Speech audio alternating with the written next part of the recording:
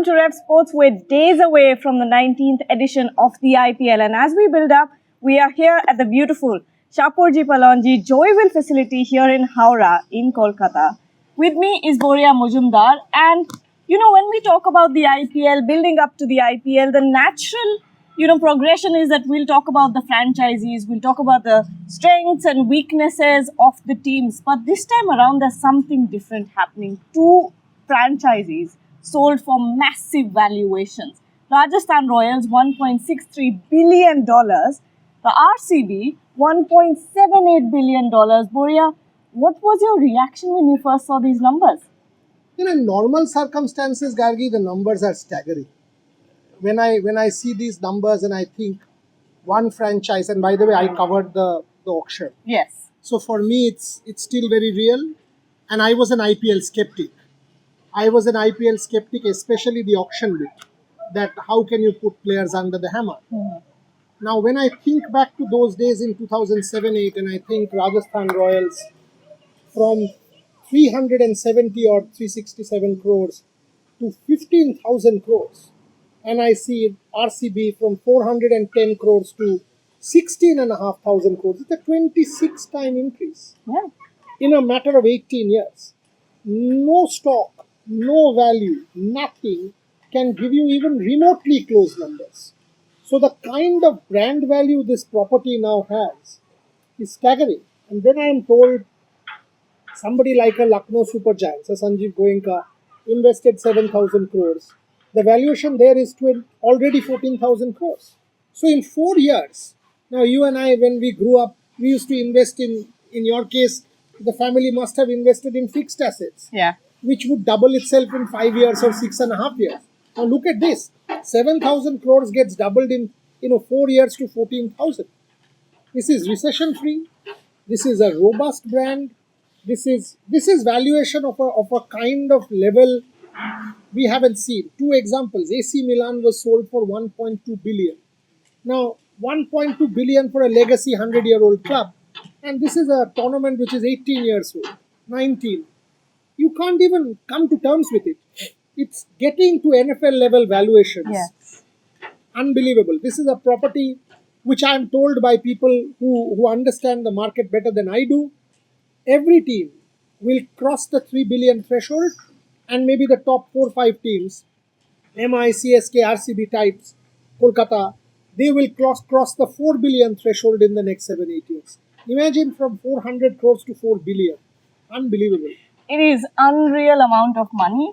And because you said that you were an IPL skeptic, and we've had this conversation multiple times within us as well, that when Lalit Modi was first selling the idea of an IPL, it was just an idea. There's no physical asset attached to any of these owners. They're not buying a stadium. They're not buying, apart from the players, what is there? When you first pitched that idea, did you ever think that this would get to this point? Yeah, I mean, this is a very good question. And I've asked this question of myself and several people in the board and several people at multiple levels. I've written about this in my book, in Maverick Commissioner, that when the IPL was first mooted, what was being sold? You are not selling a stadium. It's not a club that you're giving somebody a physical infrastructure. You're not selling any asset. You don't have an asset. Yeah. What you are selling is only an idea. That even today, does Kolkata Knight Riders own the Eden Gardens? No. Now they are building a stadium in LA. That's a different part. But in India, what do they own? They own nothing. You might have an academy now. But when the IPL was originally started in 2007-8, each of these 8 franchise owners bought into an idea. And that's why it was a hard sell, whether it's by Lalit or the BCCI. At that point in time, each one of these business owners, tycoons, film people, whether it's a Shah Rukh Khan or a Preeti Zinta, this was a hard sell. This was a clear hard sell. And I'll tell you a story. I was perhaps the only journalist whose accreditation was rejected for the first edition. I have incredible record. So, and because I had a case against Lalit in the Calcutta High Court.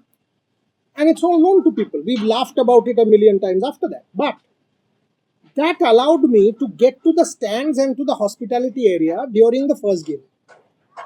So I didn't go into the media box because I didn't have accreditation. So I went to the hospitality area. I was at the Chinnaswamy next to that Kaban Park area from around 2 to 3 p.m. in the afternoon just to do ethnography, because as a social scientist, my job was to try and understand what the fans are thinking. And every fan I had spoken to then, and I was consulting research, more or less said that they were keen to find out if Lalit was doing something exotic, if the BCCI was doing something exotic. No one really bought into the idea. They had come to see what is going on. Yeah. Film, Curiosity. Curiosity. You know, Bollywood, first time cheerleaders, this, that, what, not everything. Yeah. And I know for a fact, and I've consulted with many people, BCCI, Lalit himself, office bearers, that as the success of the first night was coming to a close, Brendan McCullum 158, Lalit and people were actually getting more and more tense. They were not celebrating. Why? Because the next game was at 4 p.m. You and I are sitting in Kolkata heat. It's still not that hot. It's still March. Think of mid-May or mid-April. IPL started on 18th April. Yes. You are talking about an India 40 degrees centigrade heat at 4 p.m. in the afternoon. These people were thinking, boss, how on earth do we, fill our stadiums? Will people come? Will people embrace this? They had no idea people will. So when they were selling the idea to these business people, they had said, it'll be chock-a-block and all this. Easy to do it at 7:30 with 25 Bollywood actors. But what about every day? What about 4 p.m.? Then when 4 p.m. matches started getting sold out, is when the concept got vindicated that this is something. And I'll tell you one, I'm sure you'll ask me more on this. Why does it work? The simple funda. Why is it that RCB goes for 1.8 or RR goes for 1.63? Because it's an exclusive club. If you ask me one reason, only 10 teams. It is a highly exclusive club which the BCCI cannot make 20 teams tomorrow. You don't have the window. You cannot change the format. It will be 74-94, something like that, number of games. So the 10 teams makes it this highly exclusive club where the entry is severely restricted. Correct. Unless someone sells stake, you can't enter. So if you see the business people in the country, you have the Tatas represented, it's Tata IPL. You have the Birlas represented now. You have Reliance represented. You have Goenka represented. You have JSW represented. Yeah. All Times of India represented. Correct. Every major, the Wadias represented. Media house or industry house has a foothold. Sun Group in the south. Yes. India Cements. Yes. This is a very, very exclusive club. You will not be able to enter this club, whoever you are, however big a billionaire you are. And because of that, the demand far outstrips the supply. Correct. Because of the demand being far more than supply, the valuation will keep increasing as long as it's a closed door. And I'll build on that answer of yours, and I'll ask you, taking these two franchisees in isolation now, let's start with RCB. $1.78 billion. What explains this? One is the timing of the RCB win, 18 long years. The other is the Virat Kohli brand. Nobody has that. Third, the fans, they've been able to grow the franchise to one of the biggest that has ever been in the IPL. What explains this number to you? Three parts you said, and all are relevant. You said the win. The win came at a very good time. Yeah. But then there was a dip because of the stampede. So the win actually for me is not important. Why? If you take a look at one of the most important franchises in the world, the Chicago Cubs, between 1908, and I will give you our own Trisha's example. Between 1908 and 2016, they did not win a single major league title.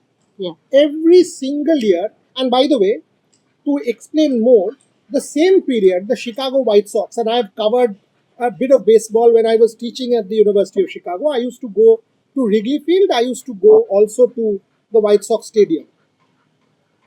And I can tell you this. When I used to go to Wrigley Field, which is the home of the Chicago Cubs, every seat, including the bleachers, are sold out. Every seat. Each year they lost, the romance increased. Each year the fan passion increased. The thing to come together and say, this is our club, so what, increased. Take a look at our own team. Yeah. Even when RCB was not winning, Trisha was getting more and more RCB. Every year she would buy that RCB t-shirt. The moment the fan jersey would come, the whatever jersey would come. And I can sense the fan passion becoming more and more deep, more and more deep. That happens with teams and franchises. That's when fan loyalty is built. So I don't think the win-loss, even if RCB now loses for 10 seasons, it'll still go to 4 billion. Number one. Second point, you asked me about the Virat Kohli factor. Virat Kohli arguably is cricket's biggest brand now. But frankly, in 10 years' time, Virat Kohli will be no one. Right. Nothing will impact the RCB. I can tell you this, the institution is always far bigger. Tendulkar. When Tendulkar was at his peak, 2009, 10, 11, 12, 13, he left. Has the Mumbai Indians brand suffered? No. Kolkata. Ganguly was captain. Ganguly was removed in 2011. I remember all of us thought, Arey, now what? Who will fill the Eden Gardens? Nobody will come. Kolkata Knight Riders as a brand will take a hit. Gautam Gambhir came. First couple of matches, Eden Gardens was half full. Moment he started winning, 2012 KKR won, 14 KKR won. Gautam Gambhir became the new poster boy of Kolkata. What about the Ganguly saga? No one remembers. It is never about individuals. Virat can be as important, Dhoni can be as important, Tendulkar can be as important, but someone will come. A Vaibhav Suryavanshi will come. Someone will come. But the fact of the matter is the institution is bigger. Finally, the whole RCB syndrome of this money. There are many things. Bangalore is one of those cities which are at the forefront of India's tech revolution. Standard of living. Overall, it is a city which, people covet. It's the middle class dream or the upper middle class dream. I don't see, and because it's a closed door, no other team will come ever in Bengaluru. It is the one team, the Royal Challengers of Bangalore, RCB. They will be the one team representing Bengaluru. Will tomorrow somebody wants to pay 4 billion? Will he get another team? No. It will be the only representation from Bengaluru. No one can come and kill this valuation. This is the way this has been structured, Lalit then, BCCI now, whoever it is now, this is an unbelievable business model which is there to rule. And before I get to talking about Rajasthan Royals, since we're talking about valuations, I want you to talk about the valuation of Joy Will. Not in terms of numbers. I want you to talk about in terms of emotion. Joy Will. It gives off that energy. And we've been here before. We've shot shows here before. And the integration of sports in this particular property and what it does to livelihood of people, of normal people like you and me. Please talk about it. It's about health. It's about a better living. That's what it is. Frankly, for me, it's not about high performance sport. I come from an area of Calcutta where there is no green. I come from an area which is concrete jungle. It's typical North Calcutta. I used to walk to college. When I used to walk to Presidency, both sides of the road, I did not see a single stretch of green. And look at this. The moment you come, and it's 25 minutes from the second Hooghly Bridge, which is nothing. If you commute between North and South Calcutta, you commute between Gurgaon and Delhi, it is more than this. So the traffic is far worse. Yeah. So when I come to this and I see this entire stretch of green, I think this is fantastic. The integration of sport, there's a football field, there's cricket available, there are board games, there's table tennis, there's a swimming pool behind us where people can exercise, there's running track. It's beautifully done. Look, Gargi, ultimately it is all about aspiration. IPL sells aspiration. A young girl or a boy, in your case, you tried your hand at cricket. Next generation of yours, your children when you have them, my children, our generation, people want to play the IPL. Why? Because they will get at a better stage. More money, more elevated standard of living, a happy life, a better life. This is that. Joyville, you live here, you breathe in better air. You get in all the green. So that's what it is. Ultimately, for all of us, it's about a better living. That's what this symbolizes. Now, going back to the IPL valuation conversation that we were having, you said the institution is greater. You gave a lot of examples of how players will come and go, brands will come and go, but IPL will stay. And I think the biggest example is in the other franchise that was sold. They don't have a Virat Kohli. Correct. They don't have an MS Dhoni. They don't have a Sachin or a Ganguly or a Rohit Sharma. Yet, they're so close to what RCB was sold at. $1.63, $1.78 billion. Beautiful question. Very, very good question. And imagine when they were sold also, the original valuation, They were 67 million. They were the lowest valued franchise. They have had multiple controversies, whether it is the one, for a ban, whether it is the one with several things, whether it is the one with Lalit Modi and Jaipur, whether it is the one with Shilpa Shetty and Raj Kundra, whether it is multiple controversies involving the Rajasthan Royals, whether it is the one with spot fixing. Yeah. Despite that, the same team gets sold at 1.63 billion. No controversy impacts the brand. No controversy tarnishes the brand. 15,500 crores for Rajasthan Royals is a windfall. Last year, Torrent bought Gujarat for 900. Imagine within 900 million becoming 1.63 billion in 1 year. Yeah, you will tell me Gujarat is a 4-year-old brand. But imagine Gujarat, from a valuation of 5,500 crores, they have already made double with 900 million in 3 years. So somebody was telling me, what about Diageo? I don't think Diageo has ever made this kind of money selling spirits, what they have made selling a cricket team. Yeah. This is incredible, Gargi. I mean, the IPL valuation, the whole package of the IPL, I've seen cricket, I've seen sport around the world. I will name this as one of the best valued properties in sport and generally, globally. It is India's only global brand. India doesn't have any other sport, but in this particular one, but also, I know you want to close the show, it's uniquely Indian. Why?